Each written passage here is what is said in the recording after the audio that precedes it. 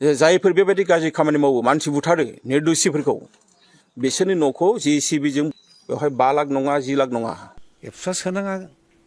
बेखौ सनितपुर आरो बिस्वनाथ जिल्लानि बर' सुबुं जीबानन्द बसुमतारी बिथांखौहाय जे खास्रि बिस्रि बुथारबाय गोबां दुखुनांथाव बै दुखुथिया न'खराव थांनानै खौरां लाहैदों लोगोसे गोख्रों रावजोंहाय दाबि दैखांदों बर' थुनलाइ आफादनि नेहाथारि लोगोसे जास्टिस नंगौ जोङो जास्टिसखौ मोनथारनांगोन नाङा फाङा खास्रि बिस्रि मानो बुथारजाखो नोंथांमोना भिडिअखौ नायनानै लाग्रो बेजोंनो लोगोसे BKWAC नि जिथु गामि सोसननाय थिग बेयावहाय जिथु जेंना खायसे जेंनाफोरखौ नुनानै गोबां ससियेल मिडियाआवहाय खायसे दान्थे बिदान्थे नोंथांमोना भिडिअखौ नायनानै लाग्रो मा खेंफोरथि होफैखो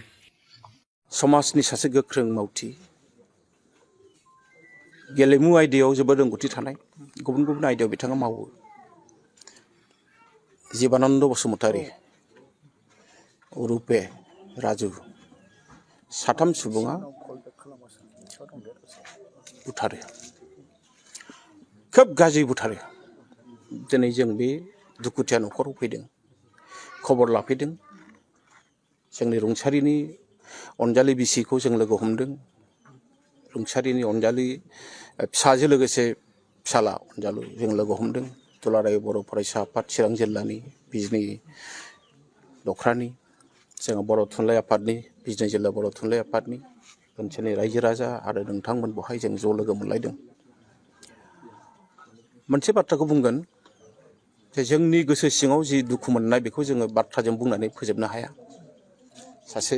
मोजां मानसिखौ बै मानसि महरै दानब साथामा जेरैबायदि बुथारदों जोंथ' ओरैबायदि नांदों आसलते बिसोरो जेरैबायदि सिस्टेमेटिक भाबै बुथारदों बे बुथारनायखौ नायोब्ला बिसोरो प्रफेशनेल किलार्स पुलिसा बिनि सायाव नायबिजिरनांगौ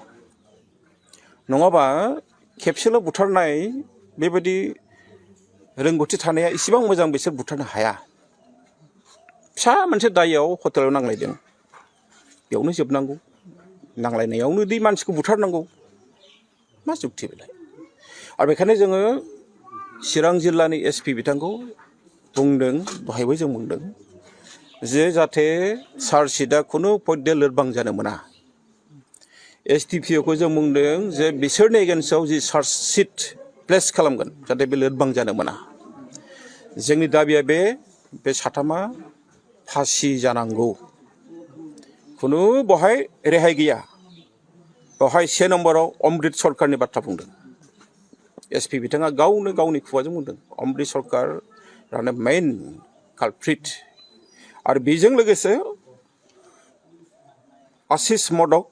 सन्जय रय साथामबो फासि जानांगौ नाम्बार 2 जोंनि दुखुथिया न'खरा सरकारनिफ्राय थोजासे कम्पेनसेसन मोननांगौ बेवहाय 5 लाख नङा 10 लाख नङा न'खरा थांनानै थानो हानायनि मोनसे थासारिखौ सरकारा होनांगौ दिनै जों बुंबावगोन आसामनि मानिजाथाव गिबि मन्थ्रि बिथाङा दैबानायाव खोब मुखुब जोंबो मिथिगौ जोंबो बे फारसे जोंहाबो दुखु दङ नाथाय जोङो सम नुबोदों जे जायफोर बेबायदि गाज्रि खामानि मावो मानसि बुथारो निर्दोषिफोरखौ बिसोरनि न'खौ JCBजों बुख्रुबनायनि उदाहरन आसामाव दं मानिजाथाव हिमन्त बिश्व शर्मा बिथांखौ आं खावलायगोन बिसोरनि न'खौबो JCBजों बुख्रुबनांगौ बे साथामनि न'खौ जोंनि दाबि आरो बिजनि ओनसोलनि गासैबो रायजो राजायादि बे जाथायखौ जेरै जों दुखु मोनदों दुलाराय बर' फरायसा आफादा दुखु मोनदों थुनलाइ आफादा दुखु मोनदों बिथांमोनहाबो दुखु मोननाय फोरमायदों बेनि थाखाय जों साबायखर बावदों नाथाय जि मोनसे खहा खालामबाय जोंनि आंगो राजु बिथांखौ बुथारनानै जोंनि हारिनि बिराद गिदिर खहा आरो बेजों लोगोसे बिजनिया बिराद गिदिर खहा बेखायनो जाहाथे पुलिसा बे बिथिङाव सरकारा बे बिथिङाव मा रोखोमनि खामानि मावो बेखौ जों नायबाय थादों जों नायगोन जों नोजोर होबाय थादों जाहाथे बिथांमोना खुनु प्रत्येक गब्लंजों बारग'नो हाया गोनां जायोबा जोङो उकिल हमगोन उकिलनि गेजेरजों जोङो नायगोन चार्जशिटआ मा होदों अब्लाबो दायनिगिरिया गोख्रोंनिफ्राय गोख्रोंसिन साजा मोननांगौ बे जोंनि दाबि आङो जेसेबांखिनि मिथिगौ खौसेथि बर' सुबुं आफादा इउनाइटेड बर' पिपल अर्गेनाइजेसना जा लिस्ट होदों बेवहाय सनितपुरनिफ्राय 162 आरो बिश्वनाथनिफ्राय 66 टटेल बिथांमोना लिस्ट साबमिट खालामनाया बिथांमोना ट्राइबेल एफेयार्सनि मानाव गेदेर मन्थ्रि डक्टर रमेश बेगनो बिथाङा होदों बियो रेसपेक्टिभ डेपुटि कमिशनाराव भेरिफिकेसननि थाखाय फाथायहरदों होनना बुंदों दा भेरिफिकेसनाव थांनायाव समाव बे पର୍ଯ୍यायसिम सनितपुर जिल्लानि जानाखि दैदेनगिरि बिथांमोना गावसोर रायलायनानै बे लिस्टखौ बिसोर प्रिपेयार खालामदों आरो प्रिपेयार खालामनानै सेन्ट्रेल इउपिपिआ बेखौ साबमिट खालामदों खोथाया जाहैबाय मा आं जेसेबांखिनि मिथिगौ नोंथाङा जेरै होनदों जे मन्थ्रि डक्टर रमेश बेगनो मालाबा सावरायबाय थानायाव बिथांमोना बे होनबाय थायो नोंथांमोना मा होनो इलेक्सनखौ लुगैनांगौ इलेक्सनखौ नोंथांमोना लुगैनांगौ इलेक्सनखौ थाबनो खुंना लानांगौ बिथांमोना बुंबाय थादों ओंखायनो आं सानो खौसेथि बर' सुबुं आफादा खेबसेनो थालांनाय गामिफोरखौबो सोजानो लुगैदों ओंखायनो बे सोआगौमानि निस्सय इलेक्सना जानाया माने सहज नङा बा थिग जानाय नङा ओंखायनो 955 बर' भिलेज अलरेडि नटिफाइड 161 बर' भिलेजेस लेभ आउट होननानै जोङो साबमिट खालामदों बेखौ काउन्सिलाबो साबमिट खालामदों थालांबाय होननानै बे जाहैबाय सनितपुर आरो बिश्वनाथ जिल्लाखौ बाद होननानै साउथ कामरुप आरो गवालपारा जिल्लानि बर' फिसाफोरखौ बाद होननानै 161 जों सेकेन्ड लिस्ट साबमिट खालामदोंमोन 958 नटिफाइड जाबाय बेहाय थालांनायखौ बे समसिम सनितपुर आरो बिश्वनाथनि बर' फिसाफोरखौ खौसेथि बर' सुबुं आफादा नायाखै बा मा होनो साबमिट खालामाखै लिस्टखौ सरकारनिफ्राय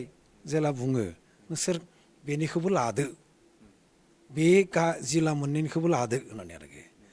गवालपारा आरो साउथ कामरुपनि गामिखौ राभा हासं अट'नमास काउन्सिलाव लांनो नागिरदों बेखौ होथ'नांला खिन्थु सनितपुर आरो बिश्वनाथनि जाय गामिफोरा फैनाय दिनफोराव बिटिआरआव बा बिटिसिआव हाबगोन हाबा बेफोरखौ रायलायलायनानै सावरायलायनानै सोदो नोंसोर होननानै आरोखि नङाबा बिसोर थालांबाय थाबाय डेभेलपमेन्टेल खामानियाव काउन्सिलनि रां माने जिखुनु स्किमा बेहाय हरनो हाला बेवहाय जों आसाम सरकारा मोनसे समाव सिद्धान्त लादोंमोन केबिनेट सिद्धान्त जे बिटिआरनि गामि थिसननाय जेंनाया जोबागौ मानि बे मोननै जिल्लानि बर' गामिफोरखौ हरनाय माने सोनाय जानाय नङा बे बिराद स्पस्ट केबिनेट रेजुलेसन दा बिटिआरनि बा बिटिसिआव गामि थिसननाय जेंनाफ्रा बा हाबाफ्रा जुदि जोबाखैब्ला बे केबिनेट रेजुलेसना दाबो स्टेन्ड दङ जों होनदों केबिनेट रेजुलेसन दङ बेवहाय थिसननायनि माने लामाया गेंनांगौब्ला केबिनेट रेजुलेसनखौ थि खालामनांगोन होमबानो जोंनि चिफ मिनिस्टार बा माने डक्टर रमेश बेगनो बिथांमोना होनदों जे बेफोर जाबाय थागोन गामिखौ थिग खालामना ला होननानै आरोखि बेवहायसो आंनि बुजिनायाव खौसेथि बर' सुबुं आफाद बा बर' गौथुमफोरा सनितपुर बिश्वनाथनि बेबायदि माने नाजादों बेवहाय बिथांमोना हारसिङै नाजायाखै हारसिङै बिसोर माने बे प्रसेसखौ लायाखै माने देयर इज ए प्रसेस जे जोङो भिलेज लिस्टखौ साबमिट खालामनो थांनायाव जाबायदि जोंनो खामानिखौ मावनो दोनदों पलिं स्टेसन भटार पलिं स्टेसन बेनिफ्राय कड नाम्बार गामिनि गासिबो अबे रेभिनिउआव गोलैयो बेखौ सोजोबनो थिनदों 2011नि जेनेरेल सेन्सासआव बर' जोंनि अनजिमाया बेसेबांमोन बेखौ सहाय लानो थिनदों बेनिफ्राय 2026आव खौसेथि बर' सुबुं आफाद बा नोंसोर काउन्सिला लिस्ट बानायनाय बेखौ कम्पेयार खालामनो थिनदों बिदि खालामनानै अफिसारफ्रा बेखौ बिसेसखै डिसि अफिसनि लेन्ड सेटेलमेन्ट अफिस बा डिसि अफिसनिफ्राय बेखौ भेरिफाइड खालामना होदों आरो बे भेरिफाइड खालामनायासो 958 अलरेडि नटिफाइड बेवहाय थालांदोंमोन 161 जोंनि नोजोराव जोंहा गोबां दङ जेंना जायाखैनो जोंनि गेजेराव सावरायबानो जोबोमोन आरो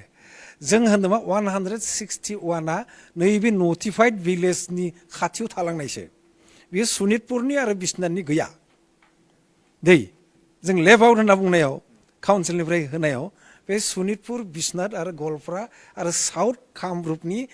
बेवहाय गैया जों थालांनाय बेनिफ्राय मैया दाख्लै जाखिनि लिस्ट बिनायाव होदों बियो 162 आं मिथिनायाव सनितपुराव आरो बिसनाथनिफ्राय 66 बैजों बेजों एखे नङा 168 जों लेभ आउट होनना बुंनाया बै 162 आरो 66 बे सनितपुर बिसनाथनि बेहाय गैया बे नटिफाइडआव थालांनायसो बे ओंखायनो आं सानो सावरायबा जोबगोन बिथांमोना जाखिनि बुंदों आंबो नुदों मानव गेदेर एबसुनि आफादगिरि खोरोमदाव वारिनि जानाखि बेनि जानाखि बुंनाय बेनि जानाखि खेंफोरथि बेनि जानाखि स्टेटमेन्ट आंबो नायदों ससियेल मिडियायाव बेनिफ्राय आं सानदों बेवहाय बेबादि माने जाबादि सोदोब गोरा सोदोब बाहायलायदों आं सावरायबानो आं जोबो एबसुआ सोनाङा बेखौ सनितपुर आरो बिसनाथनि जिल्लानिखौ बुंनांगौ सेन्ट्रेल इउबिपिखौ बुंनानै बेहाय थिग जाया ओंखायनो सानो आं सेन्ट्रेल इउबिपि दासिमबो बेनि सायाव मोनसे रिएक्सन होआखै मानो होनब्ला आंबो होनबाय थादों बेखौ जिल्लानिया प्रिपेयार खालामदों जिल्लाया थांनाय 5 बोसोरनिख्रुइ बिसि सम बेवहाय बिथांमोनाबो नाजादों जे मा खालामनो हायो मा खालामनो हाया ओंखायनो मोनसे एमिकेबल सलिउसन जानांगौब्ला बेवहाय जिल्ला कमिटिनि बर' दैदेनगिरि बिथांमोनजों सेन्ट्रेल एबसुजों सावरायलायोमोनब्ला हयथ' बेबायदि आंनि नोजोराव सावरायलायोमोनब्ला बेबायदि हयथ' फैनाय नङामोन खिन्थु जोंनो खोन्थादों जिल्ला कमिटि बिथांमोना जोंथ' 7 खेब सावरायबाय थादों बिदि आरो सबबो दंलायलायो बेहाय सोरबा मालाबा गैया सोरबा बेखौ खोन्थाबाय थादों ओंखायनो जोंनि मोनसे रिकुवेस्टआ जोंनि जाय बिथांमोना जों जेरै खामानि मावो नोंथांमोना बेखौ जायगायाव सेटेल खालामना ला बेखौ मिरु आफादर नाथ्रो हरनाङा आंनि बायदिब्ला काउन्सिलर नाथ्रो हरनाङा बेखौ जों थांनाय 5.5 बोसोर बुंबोदों मैया दाखालि सरकारनिफ्राय गामिया होदो होनना बुंनायावसो जिल्लायाबो होदों बेखिनिल' ओंखायनो बेवहाय जोंनि गेजेराव गोरोन्थि सानलायलायनानै जायाखै खिन्थु सानलायलायनाया फैनाङा लिस्टआ बिराद स्पस्ट' होनो 162 बिथांमोना सनितपुरनिफ्राय होदों बिसनाथ जिल्लानिफ्राय 66ल' बेनिफ्राय मोनसे 161 होनबाय थादों आं नुदों खिन्थु 161 फिगार नङा 162 आरो 66 बेखौ जुदि बबेखौ गारबोगोन जिल्ला कमिटिया आं बेखौ मिथिया माखौ गारबोयो खिन्थु लिस्ट होनाया बिथांमोना बिदिनोमोन ओंखायनो बेफोरखौ बयबो मिथिलायगौ नैबे 161 जोंनि होनाय बियो जोंनि काउन्सिला होनाय थालांबाय नटिफाइड खालामनायाव थालांनाय जिल्लासो नटिफाइड भिलेजेसआव बे जिल्लाफोरनिफ्राय थालांनायसो जोंहा टिवा अट'नमास काउन्सिलनिफ्राय अबजेक्सन दङ गोबां गामि थाबोदों मा होनो मरिगाव नगावनिफ्राय बेफोर अबजेक्सन दङ बेफोरखौ लाफानानै जों सावरायबाय थादों बेवहायसो जों मोनसेबो लिस्ट होबोदों थाबोनायाव 161 आरो 161आ हाबनायनि लामायाव बे जोंनाव बे खिन्थु सनितपुर आरो बिसनाथनि नङा